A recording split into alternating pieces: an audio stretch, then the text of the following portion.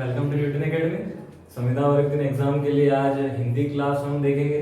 Previous classes में हमने कुछ इतिहास की बातें करी थी, भक्ति काल, रीति काल, आधुनिक काल, गिरिगाथा काल, गद्य साहित्य का इतिहास, पद्य साहित्य का इतिहास। उसको थोड़ा सा आगे बढ़ाते हैं। हमने उसमें सभी काल और युग देख लिए थे, लेकिन इनमें जो काव्य रचनाएं हुई थी वो किन तत्वों के आधार पर की जाती है वो आज हम देखने वाले हैं। जैसे काव्य में 4 चीजें मुख्यतः बताई गई है। एक शब्द और अर्थ, दूसरा होता है रस, अलंकार और छंद।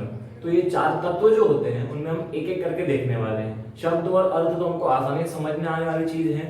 उसके बाद जो आता है मुख्य चीज वो होता है रस। तो आज हम काव्य में उपयोग किए जाने वाले रसों के बारे में बात करने वाले हैं। तो देखते हैं कि रस होता क्या है। सबसे पहले तो रस जो है उसे काव्य की आत्मा कहा गया है। काव्य अर्थात जिसको देखने, पढ़ने, सुनने में हमको आनंद मिलता है। हमने काव्य के प्रकार भी देखे थे, कौन कौन से? प्रबंध और मुक्तक। ऐसे 2 प्रकार के हमने काव्य देखे थे। पाठ्य मुक्तक, गेय मुक्तक। प्रबंध काव्य में भी 3 प्रकार देखे थे, महाकाव्य, खंड काव्य और आख्यान गीत। तो इन प्रकार के काव्यों में जो हमको आनंद दिखता है या आनंद की अनुभूति होती है वो किसके कारण होती है? उस चीज को हम कहते हैं रस। अब रस को कहा गया जाता है काव्य की आत्मा। आपके एग्जाम में ये प्रश्न जरूर बन सकता है कि काव्य की आत्मा किस तत्व को कहा जाता है। तो हम देख लेते हैं कि 4 किस प्रकार से प्रश्न पूछे जा सकते हैं। सबसे पहले हमने देखा था शब्द एवं अर्थ, उसके बाद आता है रस, फिर आता है छंद और फिर अलंकार। तो काव्य में 4 मुख्य तत्व हम मानते हैं। हिंदी साहित्य में 4 मुख्य तत्व माने गए हैं। तो शब्द एवं अर्थ जो है उसे काव्य का शरीर कहा जाता है। दूसरा रस जो होता है वो काव्य की आत्मा कहलाता है। छंद जो है उसे परिधान या वस्त्र कहा जाता है। और अंतिम अलंकार जो होता है उसे कहा जाता है आभूषण। तो आपको ये चारों चीजें ध्यान में रखनी है, किस तत्व का क्या नाम है, किस रूप में उसे कहा जाता है। आप इसे नोट डाउन कर सकते हैं या स्क्रीनशॉट ले सकते हैं। हमको आज मुख्यतः देखना है रस के बारे में, उसके बाद हम आगे चलते हैं छंद और अलंकार अगली क्लासेस में देखेंगे। तो ये आपको ध्यान रखना है कि अगर प्रश्न बनता है कि काव्य के परिधान किसे कहा जाता है, 4 ऑप्शन आपके पास यही दिए रहेंगे, तो आपको ध्यान रखना है परिधान या वस्त्र किसे कहा जाता है। उसके बाद हम देखेंगे आत्मा तो रस को कहा जाता है और आभूषण जो है वो अलंकार को कहा जाता है। तो आज हम देखने वाले हैं रस। अब रस की परिभाषा क्या होगी? तो उसकी कुछ अलग अलग लोगों के आधार पर अलग अलग परिभाषाएं हैं। तो हम 2-3 प्रकार की परिभाषाएं देखते हैं। रस का मतलब होता है आनंद। हम हमारी भाषा में बात करें तो आनंद। तो परिभाषा ऐसी कुछ बनती है कि काव्य को पढ़ने, सुनने या उसका दृश्य रूप देखने पर। अब दृश्य रूप देखने पर से क्या अभिप्राय है? इस काव्य को किसी नाटकीय रूपांतरण में परिवर्तित कर दिया, रूपांतरित कर दिया गया है। कि हमने जो रस की बात की, काव्य में उपस्थित आनंद है, उसी को आनंदित दिखाने के लिए इस काव्य का नाटकीय रूपांतरण कर दिया गया। तो वो हो गया दृश्य रूप में देखना। तो उसमें भी हमको आनंद मिल सकता है, पढ़ने पर भी मिल सकता है और सुनने पर भी मिल सकता है। तो पढ़ने, सुनने या दृश्य रूप में देखने पर जो आनंद की अनुभूति होती है या आनंद की प्राप्ति होती है, रस कहलाता है। तो ये तो सबसे साधारण सामान्य भाषा में हमने लिखा कि आनंद की अनुभूति कब हो सकती है? देखने, पढ़ने, सुनने, इस प्रकार से। लेकिन कुछ अलग अलग लोगों के द्वारा या अलग अलग विद्वानों के द्वारा रस की अलग अलग परिभाषा लिखी गई है। तो हमने आपको ये परिभाषा सबसे पहले सामान्य शब्दों में बताई है। आई होप आपने नोट डाउन कर लिया होगा। अगर नहीं किया तो आप स्क्रीनशॉट ले सकते हैं, पॉज करके लिख सकते हैं। अब हम देखते हैं कि कुछ विशेष परिभाषाएं जो होती है उनको किस प्रकार से याद रखना है। तो रस के लिए एक विशेष परिभाषा दी गई है जिसका मतलब होता है कि साहित्य में रस का अभिप्राय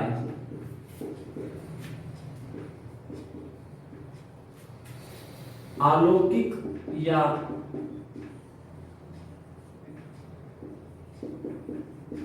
लोकोत्तर आनंद होता है। लोकोत्तर आनंद होता है। ये एक विशेष परिभाषा दी गई है। किस कारण से दी गई है कि अलग अलग व्यक्तियों ने, विद्वानों ने देखा कि क्या इसके द्वारा हमको मिल सकता है। किसके द्वारा? रस के द्वारा। काव्य की आत्मा क्यों कहा गया उसके पीछे ये आनंद, यही बात है कि इसमें आनंद की जो प्राप्ति होती है, वही जिस प्रकार शरीर की जो संरचना होती है उसके अंदर आत्मा निहित होती है, उसी प्रकार काव्य में रस अगर होगा तो आत्मा के रूप में विद्यमान रहता है। तो वो कहा गया है कि इसका अभिप्राय है अलौकिक या लोकोत्तर आनंद से। अलौकिक मतलब इस लोक से परे, मतलब जो हम कल्पना कर सकते हैं कि इस जीवन में, मनुष्य जीवन में या जीव जंतुओं में या प्रकृति में, उस लोक से परे वाली बात। लोकोत्तर, लोकोत्तर मतलब हमारी कल्पनाओं से परे, ऐसा कुछ आनंद की जो प्राप्ति होती है उसी को रस कहा जाता है। इसके अलावा हमने दूसरी परिभाषा देख ली, एक और इसकी परिभाषा दी गई है जिसमें कहा जाता है विभाव, अनुभव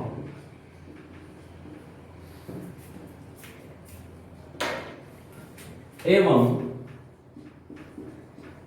संचारी भावों से परिपूर्ण होकर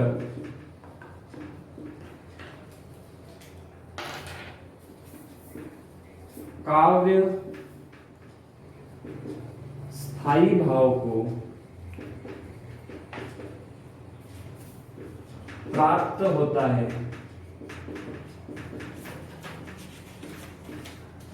रस कहलाता है।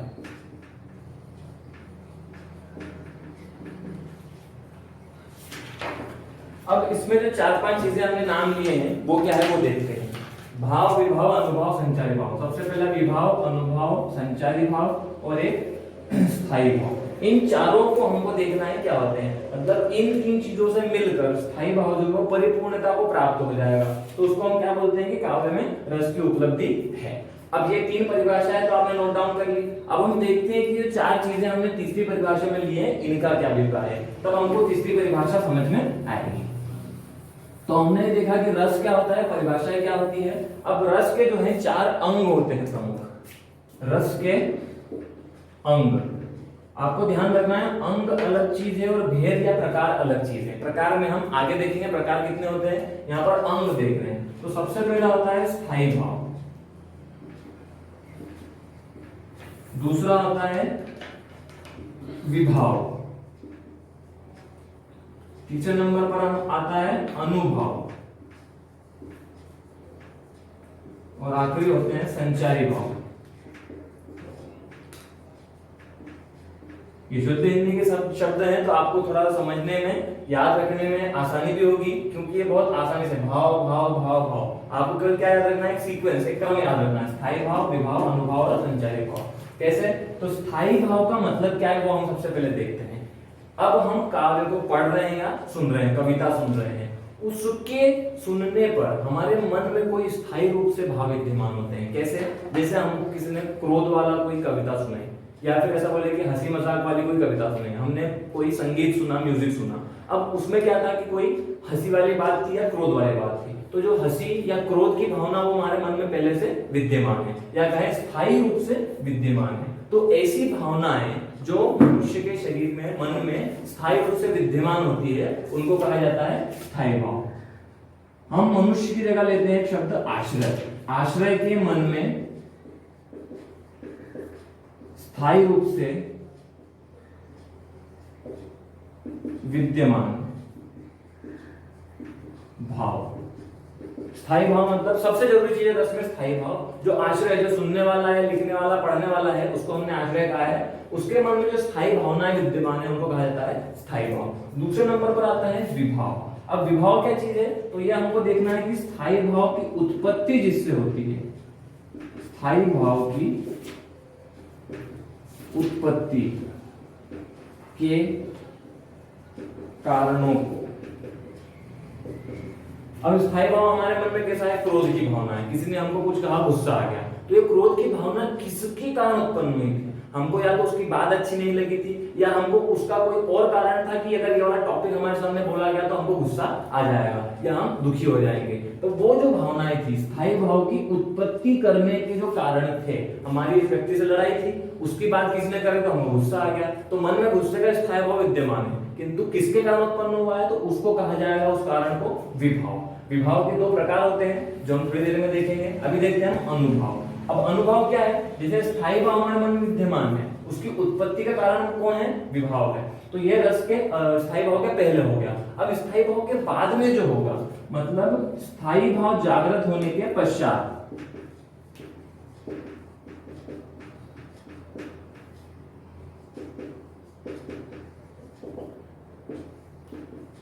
मानसिक स्थिति,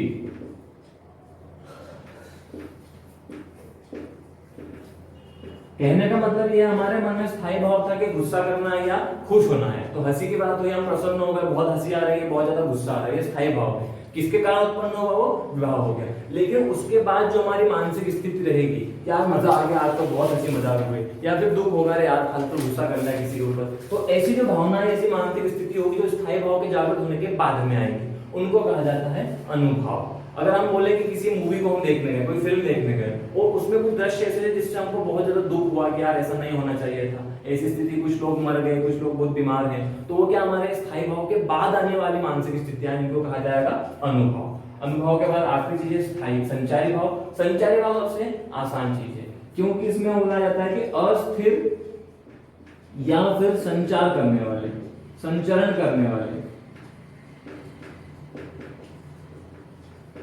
और अस्थिर या संचरण करने वाले मनोविकार या भावनाएं जो हमारे मन में या आश्रय के मन में स्थित होती है। जैसे हमने कहा कि अस्थिर या संचरण कुछ चीजें ऐसी होती है जो मन में हमारी बनी हुई है कि जैसे हम छत से ऊपर से नीचे झांकेंगे तो लगेगा यार बहुत ज्यादा ऊंचाई है। अब इसके लिए क्या है, अगर ऊंचाई से गिरा तो चोट लग सकती है, इतनी ऊपर से नीचे कैसे जाऊंगा या जाऊंगी, तो ये सारी भावनाएं जो मन में चल रही होती है, चाहे वो स्थिर हो या संचरण करने वाली हो। या फिर ऐसा है कि मुझे सुबह जल्दी उठना है, जल्दी उठकर कहीं घूमने जाना है या बस में ट्रेवल करना है, तो कोई बहुत सारे विचार हमारे मन में चलते रहते हैं या फिर संचरण करते रहते हैं, लेट ना हो जाऊं, ऐसा ना हो जाए, बस मिस ना हो जाए, ट्रेन ना छूट जाए, सामान नहीं भूल जाऊं। तो ये जो मनोविकार या भावनाएं हैं ये संचारी भाव कहलाते हैं। अब ये चारों भाव जो हैं ये हमको कहाँ देखने को मिलेंगे? रस के अंदर। हम कुछ उदाहरण देखेंगे कि हमने कविता सुनी और उसमें भाव, विभाव, अनुभव, संचारी भाव कैसे थे। उससे पहले हम एक चीज देखते हैं कि विभाव के जो दो भाग होते हैं या जो दो प्रकार होते हैं वो कौन कौन से होते हैं।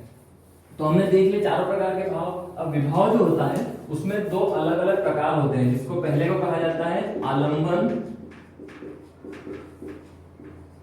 और दूसरा होता है उद्दीपन। आलंबन और उद्दीपन से क्या अभिप्राय है? आलंबन ऐसे विभाव जिसके कारण हमारे मन में कुछ न कुछ परिवर्तन आ रहा है और वो क्या करते हैं? स्थायी भाव को जागृत करते हैं। तो ये दो प्रकार हो सकते हैं, आश्रय आलंबन और विषय आलंबन। अब आश्रय विषय में क्या है कि हम उदाहरण से देखते हैं। आश्रय का मतलब होता है जो सुनने वाला, पढ़ने वाला व्यक्ति है काव्य को, कविता को, और विषय मतलब जिसके बारे में बात हो रही है। उदाहरण के लिए हमने कविता लिखी, कविता के अंदर ऐसे विभाव हमको देखकर जागृत हुए कि बहुत ज्यादा सुंदर दृश्य है। एक बगीचे में कोई व्यक्ति बैठा है, हम बैठे हैं, उस बगीचे में बहुत ज्यादा सुंदर वृक्ष हैं, पेड़ पौधे हैं, फूल हैं, वहां पर बहुत सारे पक्षी विचरण कर रहे हैं और बहुत ही ज्यादा सुंदर दृश्य दिख रहा है। तो हमारे मन में क्या भावना होती है? शांति, सुकून, बहुत ज्यादा अच्छा दृश्य लग रहा है, ये हमने देखा। अब कविता में इसका जो वर्णन किया गया तो किसके कारण आलंबन हुआ? आश्रय के मन में हुआ, मतलब जो सुनने वाला है, बैठा हुआ व्यक्ति था वहां पर, उसके मन में, तो वो आश्रय आलंबन होगा। और विषय आलंबन अर्थात जो पेड़ पौधे, फूल, पशु पक्षी की सुंदरता है जिसके कारण ये दृश्य उपस्थित हुआ है, वो क्या होगा? विषय आलंबन होगा। दूसरी चीज है उद्दीपन। अगर हमको ऐसा लगे कि उसी वन में बैठे बैठे, उसी जगह पर बैठे बैठे कोई खूंखार जानवर आ गया तो एकदम से मनुष्य क्या करेगा? घबराएगा और घबरा के वहां से भागने की सोचेगा या सूचना मिलते से भागने की सोचेगा। तो ऐसे विभाव आएंगे, वो क्या होंगे? उद्दीपन होंगे। दूसरा उदाहरण देखते हैं। अगर किसी ने हमको बात बोला यार तेरे भाई को किसने मारा, छोटे भाई को किसने मारा, तो हमारे मन में क्या आएगा? बस अभी लकड़ी उठाओ और चले जाओ। जो अंदर जोश की भावना आ रही है, जो क्रोध आ रहा है, वो क्या? अचानक उठने वाला उद्दीपन भाव। और इस उद्दीपन के कारण ही हमको क्या आएगा? गुस्सा आएगा या क्रोध आएगा। क्रोध क्या हो गया? स्थायी भाव हो गया। किसके कारण हुआ? विभाव के कारण। कौन से? उद्दीपन के भाव के कारण। तो हमने रस के चार अंग भी देख लिए और उसके प्रकार भी देख लिए। अब हम देखते हैं कि रस में जो मेन चीज आती है, स्थायी भाव, विभाव, अनुभव और इसके बाद में, वो कौन सी आती है? रस के चार अंग हो गए, चार अंग में हमने विभाव के प्रकार भी देख लिए। अब हम देखते हैं कि रस के प्रकार कौन कौन से होते हैं। आपको ध्यान रखना है रस के अंग अलग है और प्रकार अलग है। तो रस के टोटल 10 प्रकार होते हैं। सामान्य दृष्टि में कहा जाए तो सामान्य रूप से रस 10 प्रकार के होते हैं। आपको तीनों चीजें मैं बताने वाला हूं, आपको एक एक करके याद रखना है। तो रस कितने प्रकार है? सामान्य रूप से 10 प्रकार के रस होते हैं। कौन कौन? सबसे पहले श्रृंगार रस होता है। श्रृंगार रस के सामने जो सौंदर्य लिखा है उसका स्थायी भाव है। आपको रसों का नाम उसके स्थायी भाव के साथ में याद रखना है। इससे क्या होगा, जब आप रस को सोचेंगे तो स्थायी भाव, वो भाव जो हमारे मन में पहले से विद्यमान है, वो आपको याद रहेंगे। अगर एग्जाम में इससे संबंधित प्रश्न आता है, बहुत आसान आता है कि इस रस का स्थायी भाव कौन सा है, 4 ऑप्शन दिए रहेंगे, तो आपको ये पता होना चाहिए कि कौन सा रस कौन सा स्थायी भाव। तो हमने देखा सबसे पहले श्रृंगार रस, इसका स्थायी भाव होता है सौंदर्य, जिसमें सुंदरता की बात की जाती है, सौंदर्य बनता है। हास्य रस, हंसी की बात, हंसी मजाक जिसमें होता है, तो हमारे मन में कौन सा स्थायी भाव होगा? हंसी का या हास्य का। तीसरा आता है करुण रस। करुण रस मतलब कोई बहुत ज्यादा दुख की बात, शोक की बात, वेदना की बात, किसी की तकलीफ बताई जा रही है काव्य में, तो करुण रस होगा जिसका स्थायी होता है शोक या दुख। रौद्र रस, रौद्र रस मतलब बहुत गुस्से वाली बात, कोई भी व्यक्ति का वर्णन ऐसा किया गया, स्थिति का वर्णन किया गया जिसमें क्या हो, बहुत ज्यादा गुस्सा या क्रोध हो, तो वो क्या होता है? रौद्र रस। वीर रस, वीर रस मतलब उत्साह भर दे, बिल्कुल हमारे अंदर जोश आ जाए, तो ऐसा रस क्या होगा? वीर रस होगा, उसका स्थायी भाव होता है उत्साह। अगला आता है भयानक रस। भयानक रस मतलब ऐसी कविता हमने सुनी जिससे हमको बहुत ज्यादा डर लगने लगा, भय लगने लगा, तो स्थायी भाव हो गया भय और रस हो गया भयानक रस। विभत्स रस, विभत्स रस का मतलब होता है कोई स्थिति ऐसी वर्णन करना जो बहुत ज्यादा घृणा वाली हो, जिसको देखकर मन में बोले अरे यार तो बहुत गड़बड़ चीज हो गई। जैसे हमने किसी मरे हुए व्यक्ति का या पशु का दृश्य देख लिया, या फिर बहुत ज्यादा हमने तूफान वाली स्थिति देख ली, तो उसमें क्या होगा? घृणा हो गई, यार तो बहुत ज्यादा गड़बड़ चीज है, तो उसमें होता है विभत्स रस और उसका स्थायी होता है घृणा। 8वां होता है अद्भुत रस। अद्भुत रस मतलब कविता ऐसी बोलेगी कि बिल्कुल आश्चर्य की बात हो गई। फिर कहा मैंने कि मेरी हथेली है, इसमें हाथी बैठा और ये हाथी गायब हो गया, बहुत आश्चर्य की बात है, ना यहाँ हाथी आ सकता है ना गायब हो सकता है, तो आश्चर्य की बात है। कविता में ऐसा कुछ वर्णन किया गया तो अद्भुत रस होता है, उसका स्थायी भाव होगा आश्चर्य। शांत रस, शांत रस मतलब बिल्कुल शालीनता, कोई भी उठापटक या ऐसी कोई भावना उथल पुथल वाली नहीं हो, बिल्कुल शांति, जिसमें निर्वेद की भावना झलकती है। निर्वेद अगर शब्द कठिन लगता है उसको बोल सकते हैं वैराग्य।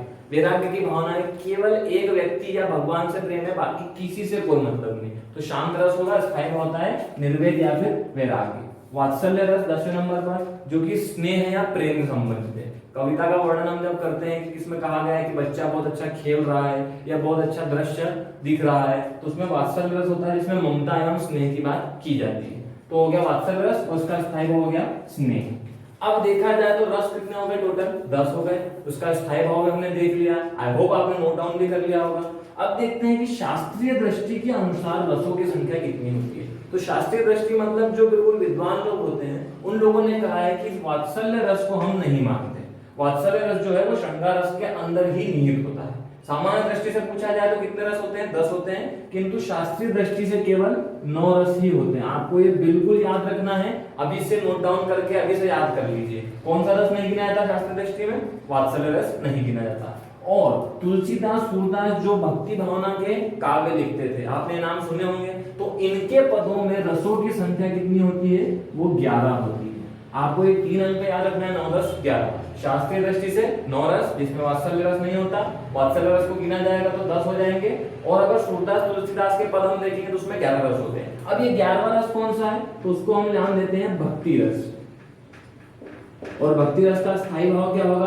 भक्ति या ईश्वर के प्रति प्रेम। जैसे हमने देखा था कि जो भक्ति काल में कुछ काव्य लिखे गए थे, हमने जब पद्य साहित्य का इतिहास पढ़ा था तो उसमें हमने देखा था कि जो भक्ति काल के काव्य थे उसमें ज्ञानाश्रय और प्रेमाश्रय की शाखाएं भी देखी थी, जिसमें निर्गुण भक्ति, सगुण भक्ति 2 प्रकार थे। अब ज्ञान का आश्रय लेकर, प्रेम का आश्रय लेकर या राम भक्ति कृष्ण भक्ति करने वाले जो काव्य लिखने वाले रचनाकार थे उनमें इनका नाम अवश्य आता है। अब ऐसे जब कवि हुए हैं तो वो एक अलग रस का निर्माण कर चुके हैं जिसका नाम होता है भक्ति रस। तो हमने 3 कैटेगरी कौन कौन सी देखी? शास्त्रीय दृष्टि, सामान्य दृष्टि और तुलसी सूरदास के पदों में। तो यहाँ तक रस की हमारी जो क्लास है वो आज यहीं पर एंड करते हैं हम। अगली क्लास में हम देखेंगे एक एक रस की परिभाषा और इनके कुछ उदाहरण। तो अगर हमारे एग्जाम में एग्जाम्पल देकर या फिर कुछ क्वेश्चन ऐसे पूछे जाए कि निम्नलिखित में से कौन सा उदाहरण जो है वो श्रृंगार से संबंधित है, तो ऐसे प्रश्नों को हम आसानी से अटेम्प्ट कर सके। तो तब तक के लिए आप हिंदी की प्रैक्टिस करते रहिए और जुड़े रहिए न्यूटन एकेडमी के साथ। Thank you.